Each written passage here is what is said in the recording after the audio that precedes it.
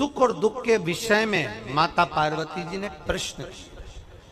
थोड़ा ध्यान से सुनना, बड़ा अच्छा चरित्र। काशी में नंदन वन में भगवान शंकर और पार्वती बैठे हैं।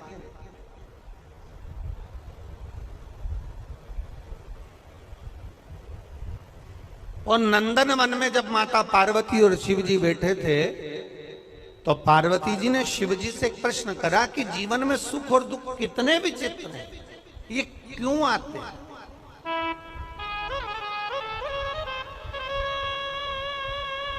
सुख मिला तो क्यों मिला और दुख मिला तो क्यों मिला?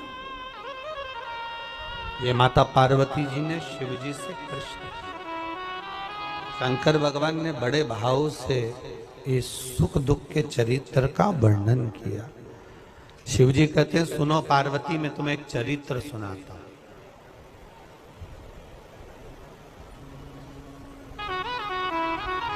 नंदनवन काशी में बैठे हैं।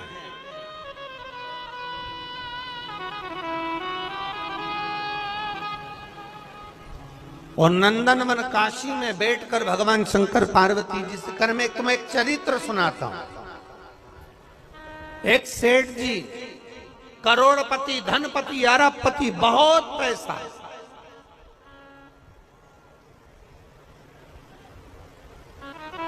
दुनिया का सारा ठाठ सेठ जी के पास में था। दुनिया का सारा वैभव सेठ जी के पास में था। करोड़ों का धन सेठ जी के पास में, गाड़ी बंगला सब कुछ, सब दिया परमात्मा ने, बहुत दिया। पर सेठ जी कंजूस थे और उन्होंने अपनी जिंदगी में आज तक एक चवन्नी का दान नहीं किया, कभी किसी को एक गिलास पानी नहीं पिलाया। रिश्तेदार भी अगर आ जाएं तो वो पानी ना पिलाए, भोजन ना कराए, तो रिश्तेदारों ने आना भी बंद कर दिया। और बच्चे का विवाह करा। छोटी बहू घर के अंदर आ गई। छोटी बहू आई तो घर की जो जेठानियां थी, दोनों जेठानियों ने छोटी बहू को अपने कमरे में बिठाया और बिठाकर समझाया, सुनो,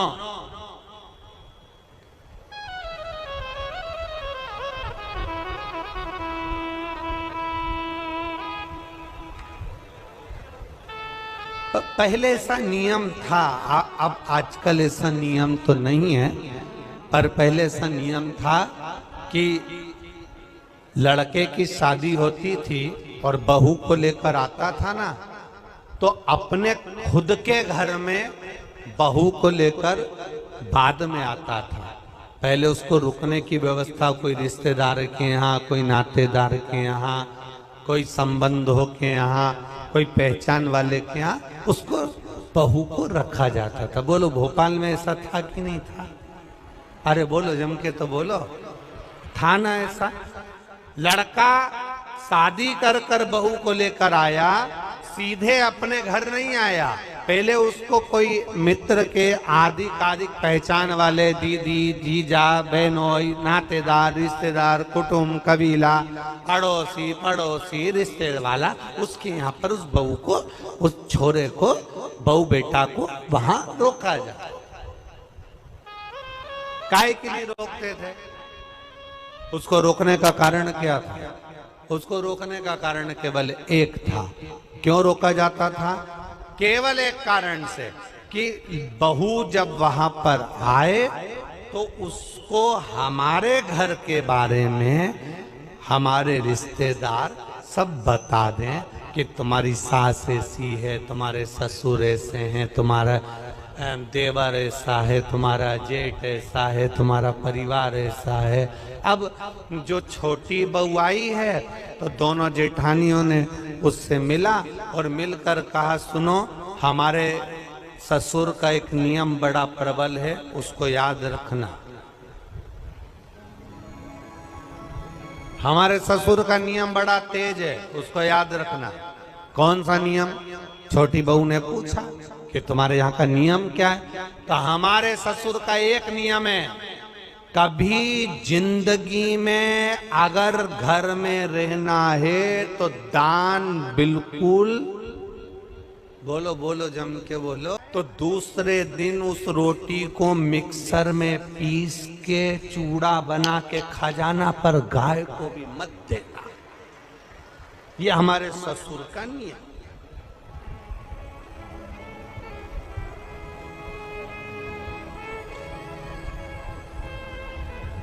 मेरा विश्वास कहता है अपने भोपाल की तो ऐसी बहू नहीं होगी,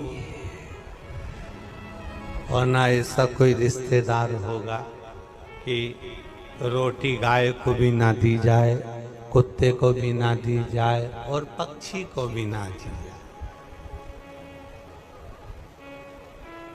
एक विश्वास कहता है मेरा, भरोसा कहता है मेरा, और हमारा भरोसा ये कहता है कि सनातन धर्म में ऐसा कोई व्यक्ति नहीं जो गौ माता को एक रोटी ना देता हो, सब देते हैं।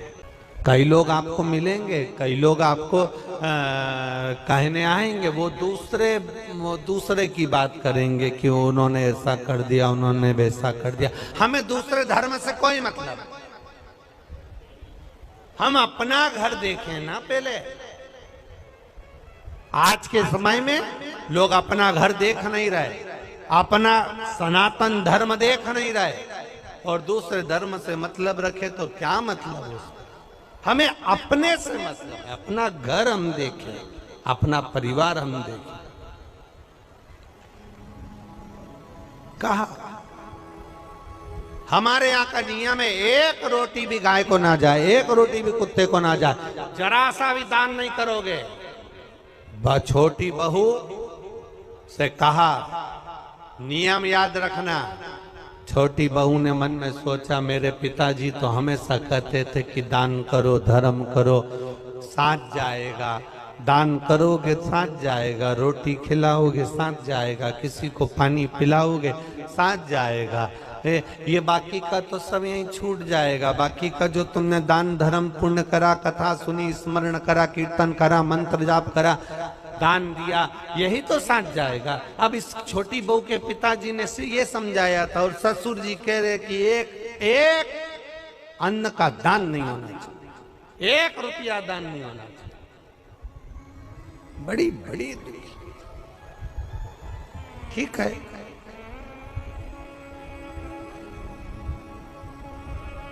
जाई विधि राखे राम, वो जम के बोला करो जरा, ताई विधि राई।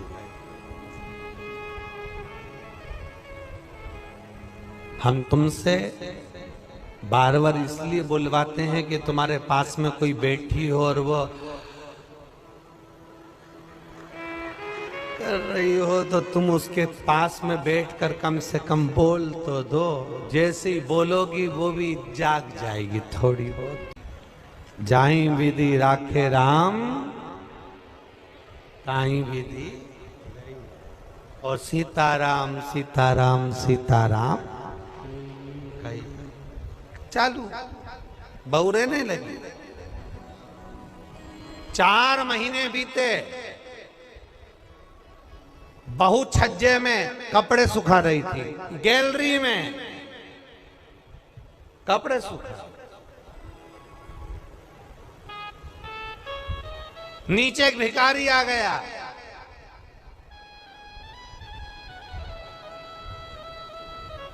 उसने आवाज लगाई, 3 जन्म से कुछ नहीं खाया है, भूखा हूं, भोजन दे दो। क्या बोला वो? कितने जन्म से? 3 जन्म से कुछ नहीं खाया है, भूखा हूं, भोजन दे दो। बहू कपड़े सुखा रही थी, उसकी आंख में आंसू भर गए। हमारा नियम है, हमारे ससुर का नियम है, दान नहीं कर सकते। अब बोलूं तो बोलूं क्या इसको? छोटी बहू अपने पिता के संस्कारों को छोड़ ना पाई और ऊपर कपड़े फटकते फटकते कपड़े को जब पानी से निचोड़ते हैं, निचोड़कर सूखने डालते हैं, एक बार फटक देते हैं। फटकने का मतलब ये होता है कि पानी झड़ जाए से मतलब नहीं होता। फटकने का मतलब ये होता है उसमें जो सल हैं वो अच्छे हो जाए। फटका, और फटकते समय तार पर गैलरी में कपड़ा डालती डालती बोली,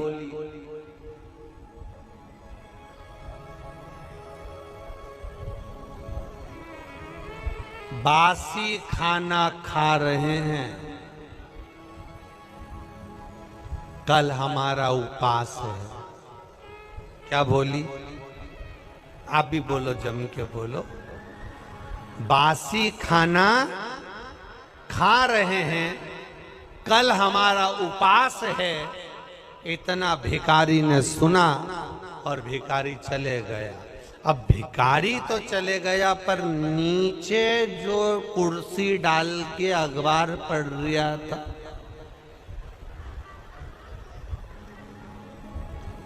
कौन? जम के बोलो, ससुर। बस उसने सुन लिया। अच्छा हुआ तुमने ससुर बोला हो, नहीं तो एक जगह कथा कर रहे थे, उन्होंने कह दिया एक भिखारी तो चले गया, पर नीचे जो कुर्सी डाल के अखबार पढ़ रहा था, तो लोगों ने कह दिया वो भी। भोपाल के लोग, एक बात तो है, इस मामले में समझदार बहुत है।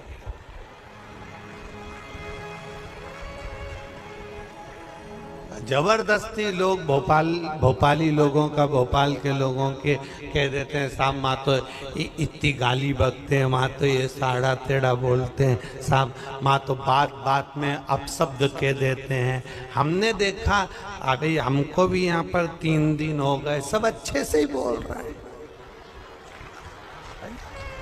सब अच्छे।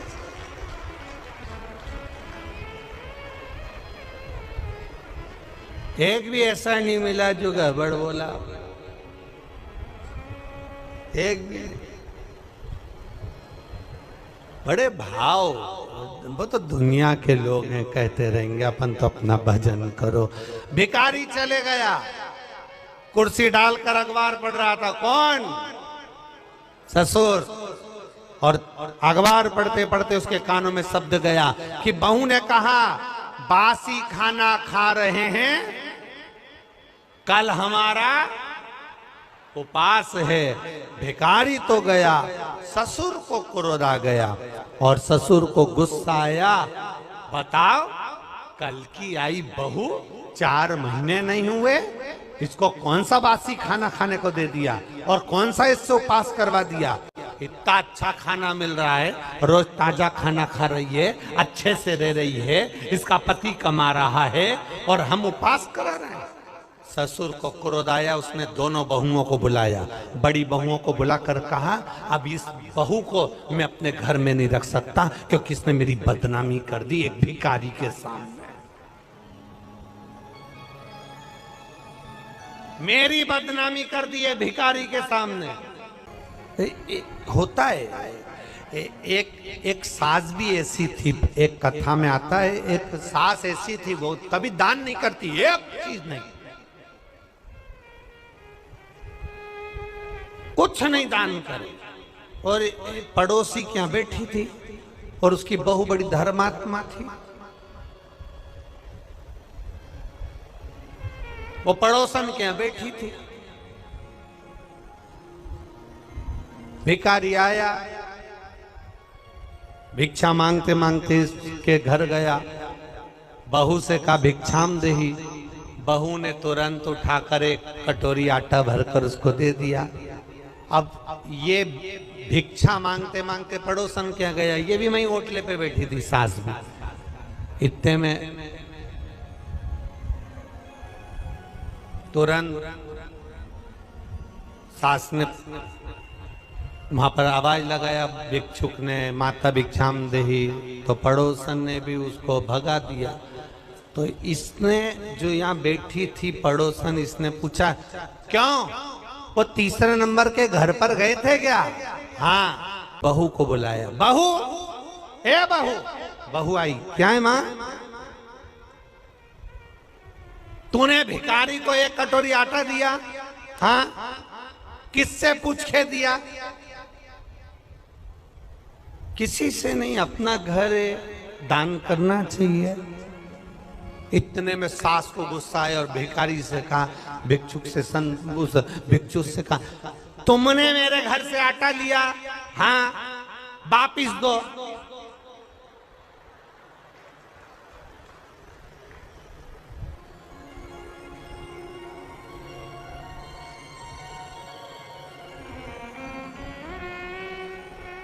भिखारी ने कटोरा भर के आटा निकाला, दे दिया। जाओ, तो बहू आटा देगी और मैं बोलूंगी तो नहीं देगी। जाओ, मैं जब तुमसे बोलूंगी तुम आओ, तुम आना, फिर मैं आटा। अब भिखारी ने फिर बोला, माता भिक्षाम देहि। सास ने कहा, कटोरी भर के आटा दो।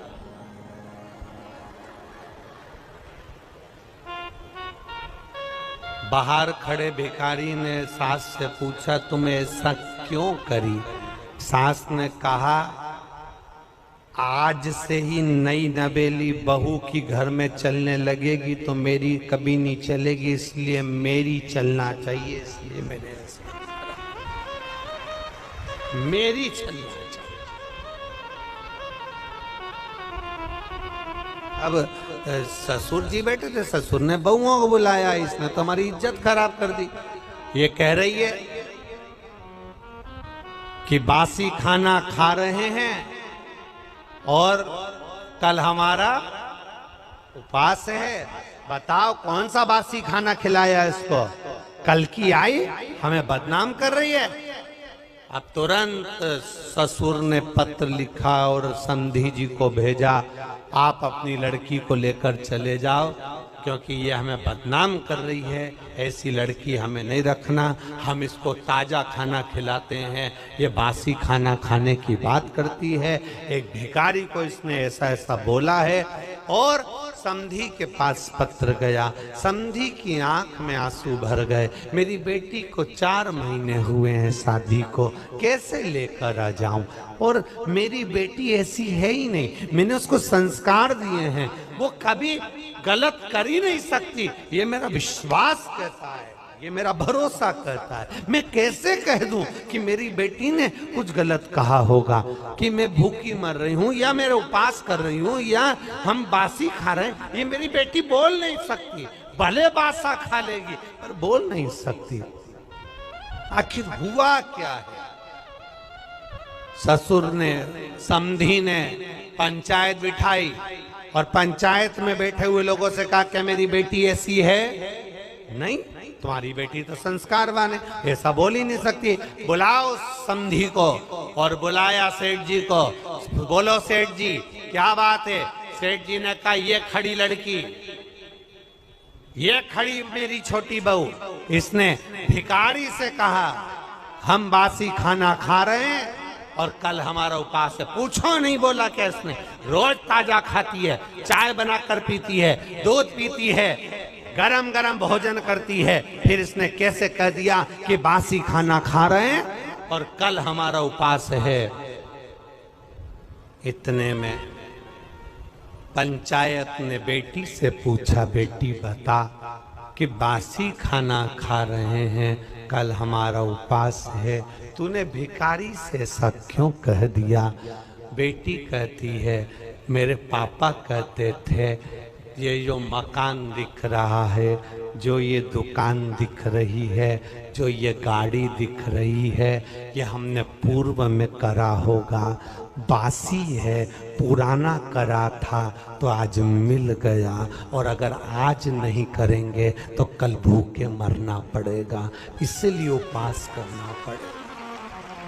खूब धन है तुम्हारे पास में, समझ लेना पूर्व का हमारा पुण्य है। आज अपना राशि ठाठ है, ये पूर्व का पुण्य है। हमने पूर्व में कुछ अच्छा करा होगा, बासी खाना खा रहे हैं। पूर्व का करा था, आज हमें सुख मिल रहा है।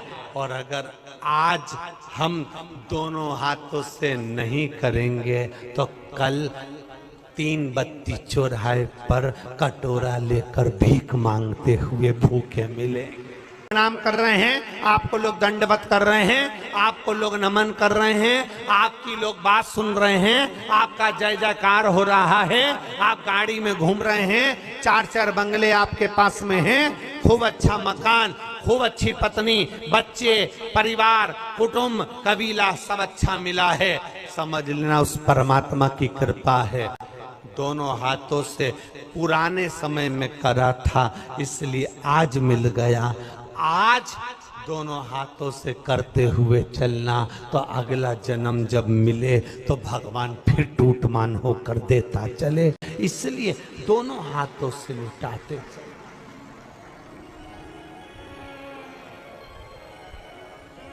आज बासी खाना बोलो बोलो जम के खा रहे हैं। पति अच्छा मिला है, समझ लेना। अच्छा परिवार मिला है, समझ लेना। अच्छा घर मिला है, समझ लेना। सुनने को कथा मिल रही है, समझ लेना पूर्व में कुछ अच्छा करा होगा, आज मिल रहा है। पूर्व में अच्छा करा, आज नहीं। उसके जैसा दुनिया में कोई दयालु नहीं होगा मेरे शिव जैसा। बहुत बहुत अच्छा। सबसे ज्यादा आनंद आता है ना हरतालिका तीज के दिन। तुम देख लो, भगवान भला करे, ऐसो आनंद आए। इतनी बड़ी थाली में केला के पत्ते के ऊपर बालू रेत का शंकर जी बनाए और पूरे मोहल्ले की माताएं थाली भर भर के सामान लाए और ऐसी पल्लू ले लेके माताएं ककड़ी, भुट्टा, नारियल सब शंकर जी पे, बेल पत्ती, पत्ता पत्ती, धतूरा, सारा सामान शंकर जी पे और सब सामान। और शंकर जी ऐसा दबा दबाया बैठे।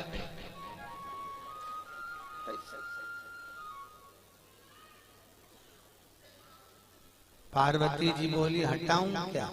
शंकर जी बोले धरे रहने दे, अब तो सुबह 4 बजे हटेगा। और ये पूरी रात भजन गाती फिरे, तांबा का हंडा तातो धरो पानी। शंकर जी बोले रहने दे, सुबह से लेकर शाम तक में 25 बार नहवा दी।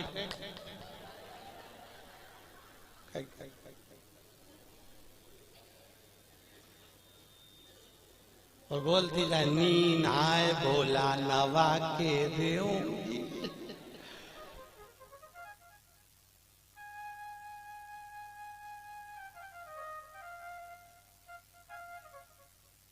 इससे ज्यादा आनंद आवे तो कावड़ यात्रा में तुम देखना, और ऐसी भीड़ और लोग कावड़ ले लेके और भगवान पे जो गंगा जल फेंके। जो यहाँ की कावड़ तो हमने नहीं देखी कि यहाँ पर पानी कैसे चढ़ाने देते हैं, पर काशी में तो ऐसी भीड़ आती है और गंगा जली ले लेके पानी भगवान शंकर पे फेंकते हैं। और कहीं कहीं का तो गंगा जली और पार्वती जी माँ पीछे कांच में बैठी और बैठी बैठी के भोलेनाथ जी क्या स्थिति है। शंकर भगवान बोले आन दो, अपन तो बैठे।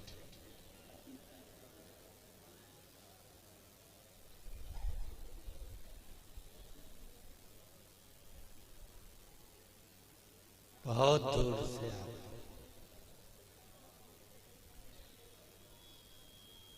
बहुत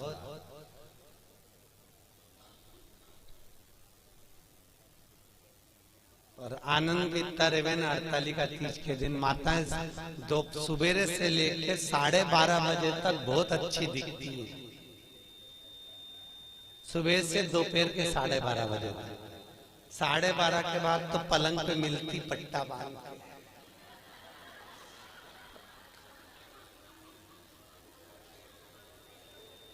फिर 4 बजे उठती, फिर जाके नहा के बाल, तो भी मुंह पे स्माइल बिल्कुल नहीं दे, बेचारी ये सीधे जैसे मरी हत्या।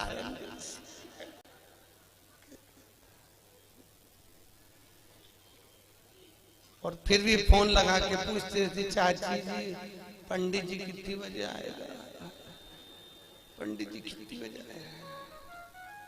और पहली पूजन पे चाय पी गई, पहली पूजन के बाद। हमने पूछा, माता जी इसमें तो लिखा है कि दूध पिए तो बिल्ली बने, सोए तो अजगरी बने, बोले तो मेंढकी बने, तो तू तो चाय पी रही, किताब में चाय का नहीं लिखा। हमने भी डबल से पढ़ी हरतालिका तीज की किताब, तो हमने देखा वास्तव में हमें चाय का नहीं था। ये माता इतनी चतुर, जो चीज का नहीं लिखे वो निपटा जाए। इसलिए किताब छापने वाले ने भी अच्छा करा, सब चीज लिख दी। सोए तो ऐसा, दूध पिए तो ऐसा, बेचारे को नहीं मालूम होगा कि चाय भी चलेगी, तो वो भी लिख देता।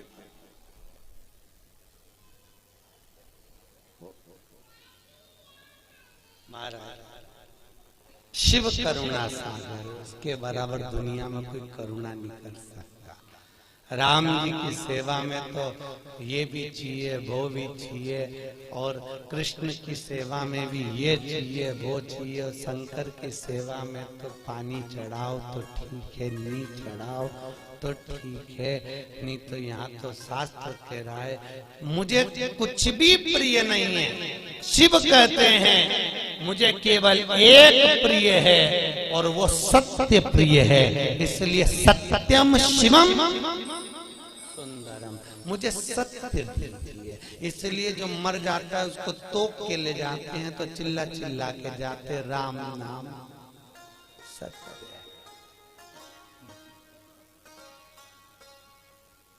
दुनिया के लोग इसलिए चिल्ला के ले जाते हैं कि इसको स्वीकार कर लेना, इसी ने सत्य बोला है, हम तो यूं ही झूठे ले ला। हमारा काम तो इकट्ठा करके तुम्हारे यहाँ छोड़ देना। असत्य नाम सत्यमय जीवन को जियो।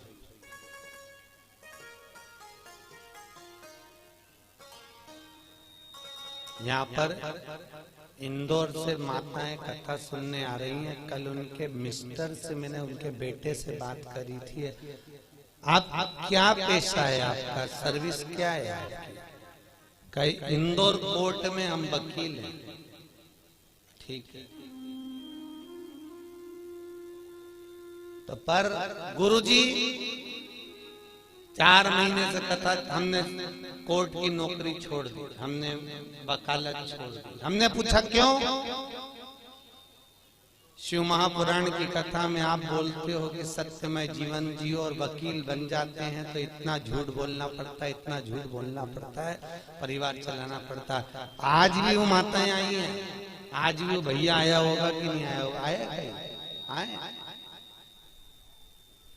आज भी वो कथा में आए, कहे गुरुजी मैं दूसरी नौकरी कर लूंगा पर झूठ बोलने की नौकरी नहीं चाहिए मुझे, क्योंकि मुझे जाना उसके पास में है, तो मुंह भी उसको दिखाना पड़ेगा।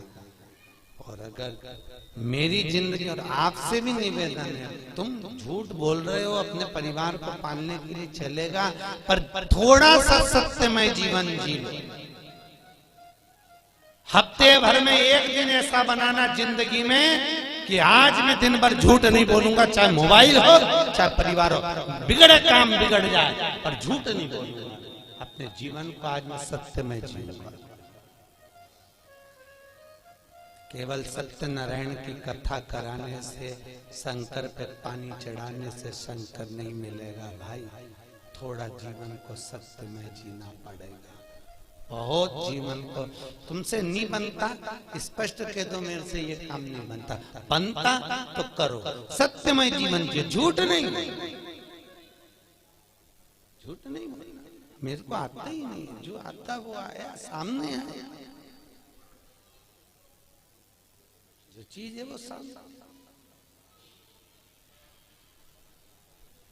सत्यमय जीवन जियो, बहुत अच्छा लगेगा आपको, आपकी जिंदगी में आप सुंदरता प्राप्त करें। सत्यम शिवम सुंदरम, अगर सत्य बोलोगे तो शिव मिलेगा, और शिव मिल गया तो जीवन सुंदर हो जाएगा। क्यों जीना सत्यता में, क्यों जीना सत्य? असत्य के चक्कर में एक गांव के पंडित जी मर गए, बहुत विद्वान कथाकार, बड़े विद्वान प्रखर, और मर गए तो नरक में चले गए। अब गांव के 2-4 लोग और मर के नरक में गए, तो नरक में गए तो पंडित जी मिल गए। तो गांव के लोगों ने कहा, पंडित जी तुम तो हमारे गांव के इतने विद्वान पंडित जी थे, तुम तो खूब पूजन पाठ करते थे, फिर नरक कैसे चले गए? पंडित जी बोले, ये मैं खुद नरक नहीं आया, पत्नी के चक्कर में आया। तो पत्नी ने काय का नरक भेज दिया तुमको? वो रोज तैयार होके आके मुझसे पूछती थी मैं कैसी लग रही।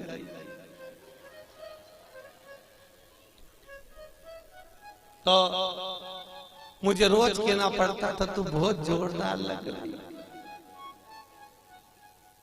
भले वो बेकार दिखे पर कहना तो अच्छा। तो ये झूठ बोलने के चक्कर, तो माताओं से निवेदन है, आधे से ज्यादा पति तो तुम्हारे चक्कर में नरक जा रहे। जी जियो, तुम लोग पूछो ही मत करा करो कि मैं कैसी लग रही। और कहीं का पड़ गया एक आध माथा तो एक वो कहे ना, एक कहावत है ना, एक पति तैयार हो रहा था और पत्नी सज धज के, वो पति ऑफिस जा रहा जूता पहन के, और ये वहां आके खड़ी होगी, ए जी मैं कैसी लग रही, मैं कैसी लग रही। पति जूता बांध के जा रहा था ऑफिस, बेचारा बैग उठा के, फिर पूछा बोलो तो सही में कैसी लग रही? पति बोला ऐसी लग रही जैसे हरी घास में भैंस चल रही।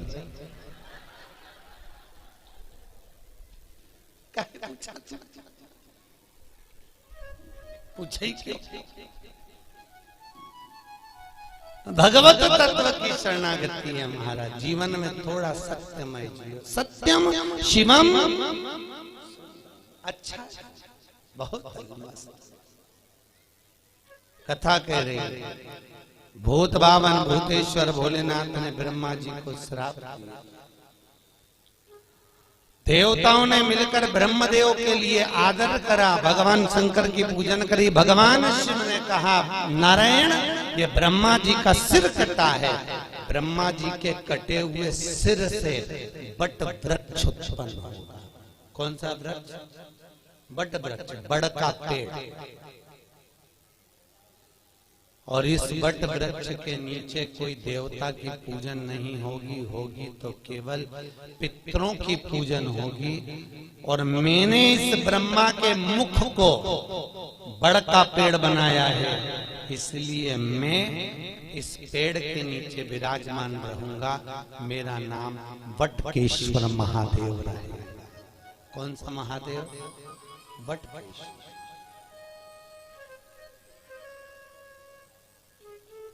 यहाँ पर भी होंगे बड़केश्वर महादेव कहीं ना कहीं। महाराज बड़केश्वर महादेव, जो घर में चिड़चिड़ापन रहता है, क्रोध रहता है, झगड़ा होता है, क्लेश मचा होता है, घर में शांति नहीं रहती, तो बड़केश्वर महादेव के मंदिर में जो जलाधारी होती है, उस जलाधारी में अपना नाम और गोत्र बोलकर बेलपत्री की डंडी को फंसाकर उसमें 1 लोटा पानी और दूध चढ़ाकर आ जाइए, घर में शांति हो जाती है, कभी क्लेश नहीं मचेगा। सोमवार की अष्टमी के दिन ये क्रम किया जाता है। कौन से दिन? जम के बोलिए। सोमवार की अष्टमी, बटकेश्वर महादेव के मंदिर। बटकेश्वर शिव को भगवान ब्रह्मा का मुख बड़का हो गया। समय आया, ब्रह्मा जी ने सृष्टि की रचना आगे बढ़ गई। भगवान विष्णु ने ब्रह्मा जी से कहा ब्रह्मदेव सृष्टि की रचना करिए। शंकर जी से पूछा ब्रह्मा जी ने सृष्टि कैसी रचना है। भगवान भोलेनाथ ने अपना अर्धनारेश्वर स्वरूप का दर्शन दिया। आधा पुरुष आधा स्त्री, आधा शिव आधा पार्वती के रूप में भगवान दर्शन दिए और कहा इस रूप को ब्रह्मा जी देख लो और ऐसी सृष्टि की रचना कर दो। आधे पुरुष आधे स्त्री बना दो। ब्रह्मा जी पुरुष और स्त्री का निर्माण कर रहे थे। उन्होंने कहा, शंकर जी ने कहा आधा पुरुष आधा स्त्री बना दो, तो ब्रह्मा जी ने दोनों को भेले करके बना दिया। शंकर जी और पार्वती जी का जो स्वरूप का दर्शन करा तो पुरुष और स्त्री को दोनों को जोड़कर बना दिया। जैसे जोड़कर बनाया तो ब्रह्मा जी ने चारों तरफ किन्नरी किन्नर उत्पन्न कर दिए। चारों तरफ किन्नरों की सृष्टि हो गई। सबसे पहली पृथ्वी पर अगर कोई सृष्टि की रचना हुई थी तो उसके निर्माता ब्रह्मा, और ब्रह्मा ने अगर पहली सृष्टि रची